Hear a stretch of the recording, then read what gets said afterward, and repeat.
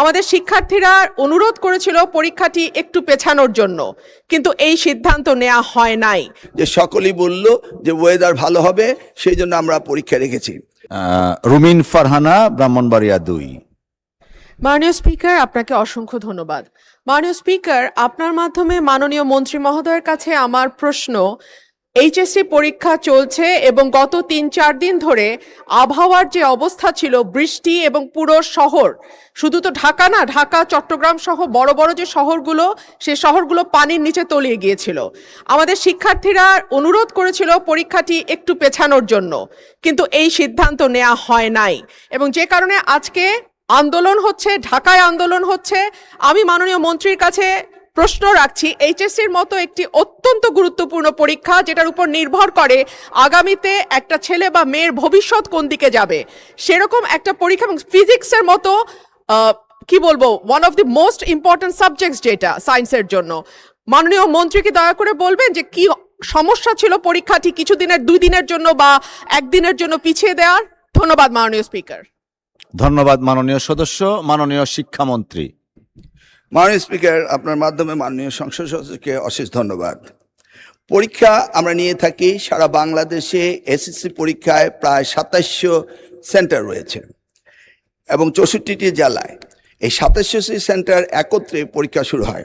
ইতিমধ্যে আপনারা শুনেছেন যে চট্টগ্রামে যখন এই ফ্লাড হলো, তখন আমরা একে একে প্রথম রাঙ্গামাটি, বান্দরবন, পরে আমরা খাগড়াছড়ি এবং এরপরে আমরা চট্টগ্রাম পুরা বোর্ডের পরীক্ষা আমরা বন্ধ করে দিয়েছি।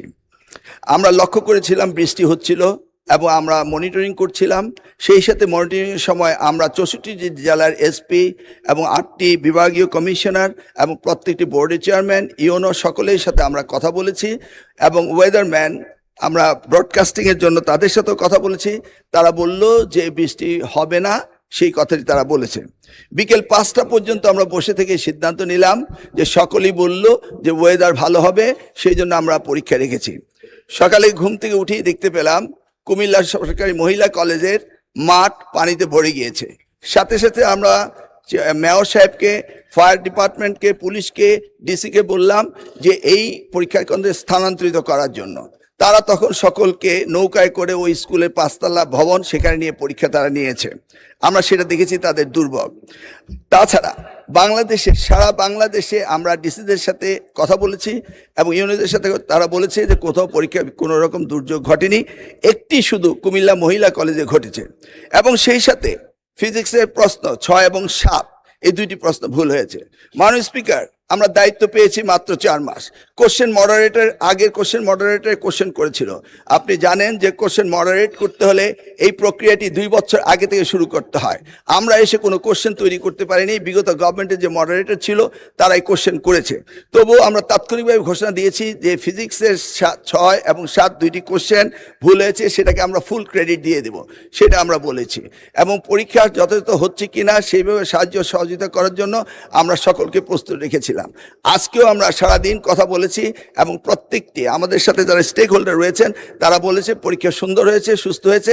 একটি জায়গায় শুধু কুমিল্লা সরকারি মহাবিদ্যালয়ে এই ঘটনাটি ঘটেছে এবং সেখানে পরীক্ষা সুন্দর হয়েছে। আমরা নির্দেশ দিয়েছি যে পরীক্ষা বিলম্বতে শুরু করার জন্য, এবং যে মেয়েটি কাপড় ভিজে গিয়েছিল বাড়ি থেকে কাপড় আনা হয়েছে, 1 ঘন্টা পরে পরীক্ষা নেওয়া হয়েছে এবং পরীক্ষার সময়সীমা বাড়িয়ে দেওয়া হয়েছে। আমি মাননীয় স্পিকার আপনার মাধ্যমে জাতিকে জ্ঞাতার্থে করতে চাই যে পরীক্ষা পদ্ধতিতে আমাদের যে সিস্টেম রয়েছে, সেখানে লোকাল যে গভর্নমেন্ট রয়েছেন, ডিসি হতে, ইউনো হতে, পুলিশ হতে, তারা তাৎক্ষণিকভাবে ব্যবস্থা নেবেন যে পরীক্ষা এখানে নেওয়া যাবে কি যাবে না। যদি তারা মনে করেন দুর্যোগ, তারা পরীক্ষা বন্ধও করতে পারেন। আমরা বারবার কথা বলেছেন না স্যার, আমরা ঠিক মতোই নিচ্ছি। এবং আপনারা দেখতে পেয়েছেন যে বৃষ্টির পানি কোথায় কোথায় ছিল, সেগুলো আমরা সকলেই লক্ষ্য করেছি।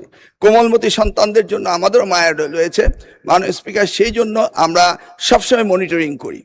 ধন্যবাদ আপনাকে। আপনাকে ধন্যবাদ মাননীয় মন্ত্রী।